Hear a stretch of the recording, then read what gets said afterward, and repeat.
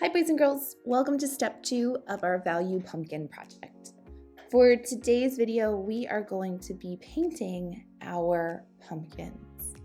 To complete this step, you're going to need a couple of supplies. First, you're going to need your watercolor set, then you're going to need your artwork from last time, a water cup and paintbrush, and then I also have some paper towels. You may need them, I suggest grabbing them. So grab your supplies, come on back, and we'll get started. Before we begin painting, let's take a moment to look at our artwork. Now, in our last video when we were drawing our pumpkins, we took the time to realize that we wanted to make them look like 3D forms instead of flat shapes. To do that, we curved the pumpkin lines. Well, we still want to continue to make our pumpkin look 3D. And now we're going to use value and paint to do that.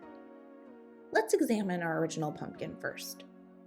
Looking at the actual pumpkin, we'll notice that there is a lighter side, or what we call the highlight, and a darker side, which is the shadow. You may also observe that it casts a shadow on the tabletop. We're going to create the highlight and the shadow of the pumpkin for our drawing using watercolors. We're going to use an element called value, which is going from light to dark, to further enhance the illusion that we have a 3D form on a 2D space. Let's go back to our drawing. If you're new to watercolors, you might realize that the watercolor set you have is very dry. When you touch it, the paint doesn't come off in your hands. We need to wake our watercolors up, and to do this, we're going to use a water cup. We're going to start with using yellow paint. So I don't want you to use orange for this project. I want you to use the two colors that make up orange, which are yellow and red. So the first thing that we're going to do is using our paintbrush like a tiny ballerina dancing on their tippy toes, we're going to paint the whole pumpkin yellow. As an extra tip, I suggest following the lines that you've just made, painting on that curve going down. It's going to give a more realistic effect to your pumpkin.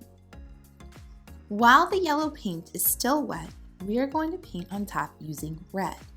Now before you begin, I want you to decide which side of your pumpkin is going to be light and which side is going to be dark.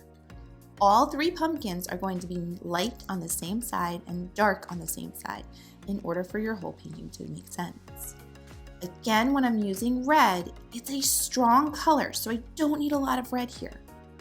I'm going to start on my shadow side, which will be the darkest, and blend it up to my lighter side. It's okay if part of the pumpkin looks a little bit too red or a little bit too yellow. And if you don't like the color that you created, you can add more of either color.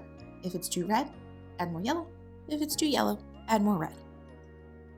Just make sure that one side, in my particular case, the right side, is darker than the other.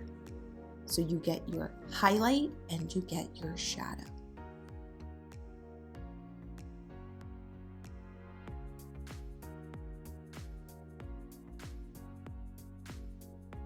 Once you're happy with the color of your pumpkin, we're going to add a darker shadow to the one side of our pumpkin. For me, it's the right side.